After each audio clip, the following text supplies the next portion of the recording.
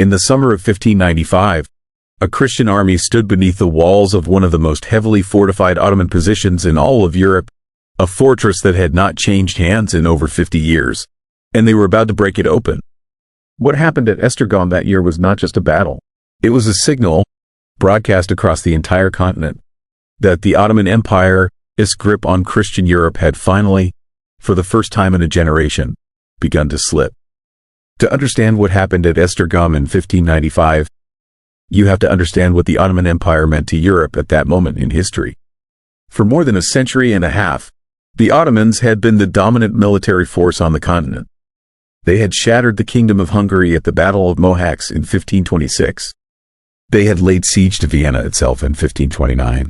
They had pushed their frontier deep into the heart of Central Europe, planting their banners in cities that had once been pillars of Christian civilization. Esztergom was one of those cities, known to the Ottomans as Esztergom, and to the Hungarians as the Grand. This ancient city sat at a strategic bend of the Danube River in what is now northern Hungary. It had been the seat of Hungarian kings for centuries. The great cathedral of Esztergom had once been one of the most magnificent churches in all of Central Europe. The Archbishop of Esztergom held the highest ecclesiastical rank in the entire Hungarian kingdom. This was not just a city. It was a symbol, and in 1543, the Ottomans had taken it. For 52 years, Esztergom had flown the crescent flag. The cathedral had been converted into a mosque. The ancient palaces had become Ottoman administrative buildings. The city, a strategic hilltop fortress, dominating the river crossing and commanding a vast stretch of the Danube Valley, had been reinforced with Ottoman military engineering. By 1595, it stood as one of the most formidable fortified positions on the entire Ottoman frontier in Europe. The man tasked with taking it back was Karl von Mansfeld, a veteran German commander in the service of the Holy Roman Emperor Rudolf II. Mansfeld had spent his entire career fighting in the grinding, brutal conflicts of the late 16th century. He understood siege warfare with the kind of intimate, exhausted knowledge that only comes from years of watching men die in trenches. He was not a glamorous figure, he was a practical one. And in the summer of 1595, he arrived before the walls of Esztergom with an army drawn from across Catholic Europe, German infantry, Walloon mercenaries, Spanish veterans, Hungarian cavalry, and contingents from the Papal States and the Italian principalities. This was the Long Turkish War, sometimes called the 15 Years' War. It had begun in 1593 when Emperor Rudolf finally decided to stop paying tribute to the Ottomans and instead fight them. The war would grind on for another decade and a half, consuming men and treasure on an almost incomprehensible scale. But in the summer of 1595, that long, exhausting future had not yet arrived. What existed in that moment was possibility. The Christian forces had won several significant engagements. The Ottoman garrison at Esztergom was under-reinforced, and Karl von Mansfeld believed, with the calculating confidence of an experienced soldier, that the city could fall. He was right, but the road to victory would cost him almost everything. The fortress of Esztergom sat on a high rocky promontory above the Danube. Its walls were thick, its towers were numerous, and its garrison, several thousand Ottoman soldiers under a capable commander, was prepared for a sustained defense. The city itself spread below the fortress, also walled, also fortified. Taking Esztergom meant taking both. It meant digging trenches under artillery fire. It meant advancing through broken ground dominated by defenders who knew every angle, every shadow, every hidden position from which a marksman could end a life. Mansfeld surveyed the ground and began to plan. The siege began in late July 1595. Mansfeld's army, numbering somewhere between 20 and 30,000 men depending on the source, spread across the terrain surrounding the city. Artillery batteries were established on the commanding heights across the river. Trenches were dug forward from the main camp, pushing toward the outer walls in the methodical, grinding fashion that European siege warfare had developed over the previous century. The Ottomans did not wait passively. From the first day of the siege, the garrison conducted an aggressive defense. Sorties, sudden armed attacks from the gates, struck at the diggers. Ottoman artillery answered the Christian batteries with concentrated, well-aimed fire. Sharpshooters worked the walls constantly, targeting anyone who exposed himself above the trench line. The defenders understood what this siege represented. Esztergom was not just a military position. It was a statement. If it fell, the entire Ottoman defensive line in Hungary would be weakened. They would fight accordingly. For the men in the trenches, the first weeks of the siege were a special kind of misery. Summer in the Danube Valley is hot and humid. The trenches filled with water whenever it rained and baked to dust when it did not. Disease, the constant companion of any 16th century army in the field, began to move through the camp almost immediately.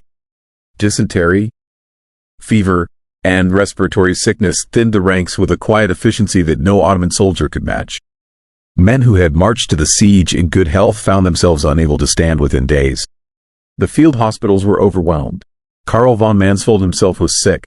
The commander of the entire operation was conducting the siege from a litter, carried from position to position because he no longer had the strength to walk. The irony was savage. Here was one of the most experienced military commanders in Europe, directing what could be the decisive military operation of the Long Turkish War, and he was physically incapable of standing upright. He directed the siege anyway. The artillery work progressed. Mansfeld's engineers, drawing on the most advanced techniques available in late 16th century military science, directed the placement of batteries with careful attention to angle and effect. The goal was not simply to pound the walls with shot. The goal was to create specific breaches, controlled openings in the fortifications through which infantry could advance on a narrow front, channeling the defense and overwhelming it with concentrated force. This was the mathematical, industrial logic of early modern siege warfare. It was slow, it was expensive, and when it worked, it was devastating. By early August, significant damage had been inflicted on sections of the outer walls. The lower town, the city proper below the fortress, was clearly the more vulnerable objective. Mansfeld focused his effort there first. If the lower town fell, the fortress above would be isolated, its supply lines severed, its communication with the outside world depended entirely on the river. Isolated fortresses, no matter how strong, eventually fell to starvation if not to assault. The Ottoman commander recognized the logic. He concentrated his best troops in the sections of the outer wall most threatened by the Christian artillery. He rotated defenders through the most exposed positions, managing his manpower with the careful efficiency of a man who knew his reinforcements might not arrive in time. Ottoman relief forces were somewhere to the east. He knew that. Whether they would arrive before the walls broke was the central question of his existence. They would not arrive in time. In mid-August, the walls of the lower town gave way. Not in a single dramatic collapse, but in the way fortifications always failed under sustained bombardment. Gradually, then all at once. A section of wall near one of the main gates crumbled under concentrated artillery fire. The breach was not large. It was not wide. But it was there. The assault went in. What followed was the most brutal phase of any 16th century siege, the storm of the breach. Infantry units, drawn from the most experienced formations in Mansfeld's army, advanced toward the opening in the wall under devastating defensive fire. The Ottomans had prepared for exactly this moment. The breach was covered by flanking fire from towers on either side. A secondary wall, a hasty construction of earth and timber, had been thrown up behind the original breach. The approach was strewn with obstacles. Defenders crowded the top of every structure with a line of sight on the opening. Men died in large numbers. The first waves of attackers went in and were cut down. The second wave went in over the bodies of the first. The third wave went in over the bodies of the second. This was the brutal arithmetic of assault, and every man advancing toward that gap in the wall understood it. There was no subtlety here, no maneuver, just bodies moving forward through a gauntlet of fire and edged steel, because the physics of the assault demanded human mass. But Mansfeld had done this before. He had prepared for exactly this kind of grinding, attrition-heavy assault. His reserve formations were positioned to feed men into the breach continuously. His artillery maintained pressure on the flanking towers, suppressing the defenders even as they tried to direct fire on the attackers below. And the secondary wall, the hasty construction behind the breach, was in a position where it could itself be targeted by artillery fire without endangering the assaulting troops. The defenders broke, not all at once, not without fighting, but at some point in the chaos of that assault. The noise and smoke and blood and screaming confusion of close quarters combat in a narrow gap in a stone wall. The Ottoman resistance in the lower town gave way. Soldiers who had been fighting with enormous courage simply ran out of the capacity to absorb casualties and continue functioning. Units dissolved. The cohesion that makes a group of armed men into a fighting force collapsed. And when it collapsed, the lower town fell with it.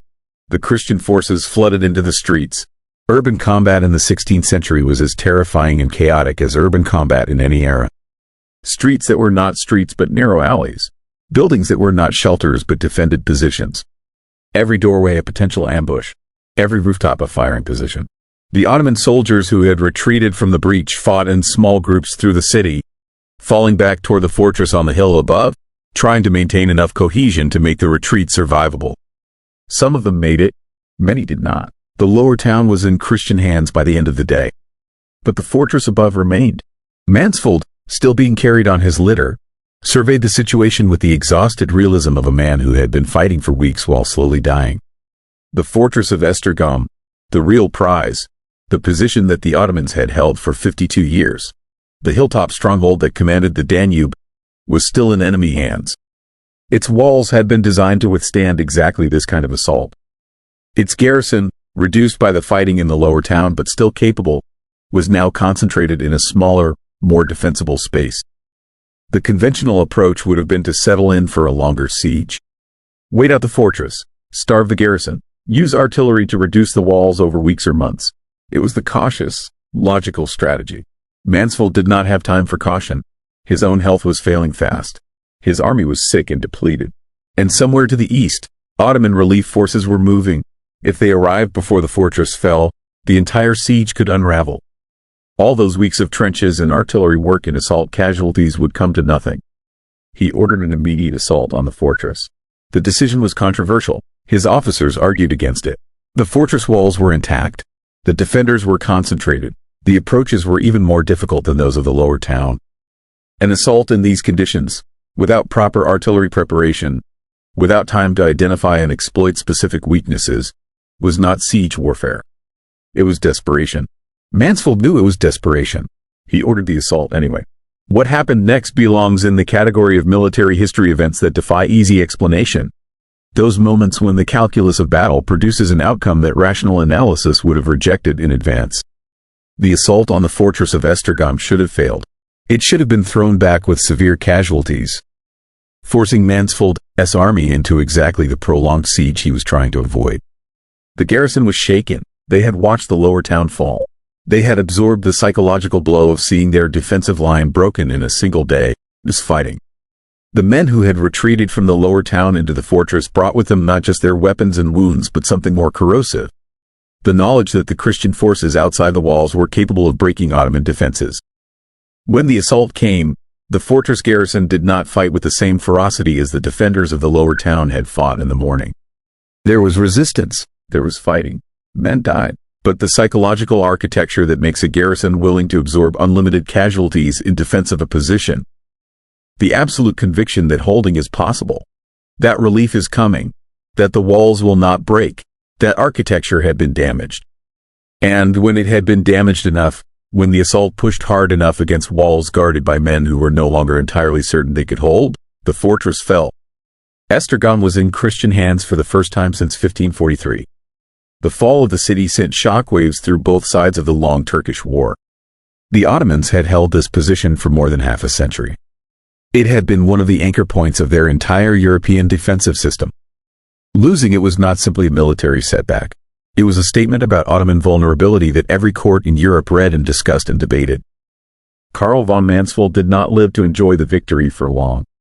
The illness that had confined him to a litter throughout the siege continued to consume him after the city fell. He died within weeks. The man who had directed one of the most remarkable sieges in the Long Turkish War, a man who had conducted the entire operation while physically incapacitated, did not survive to see what his achievement would mean.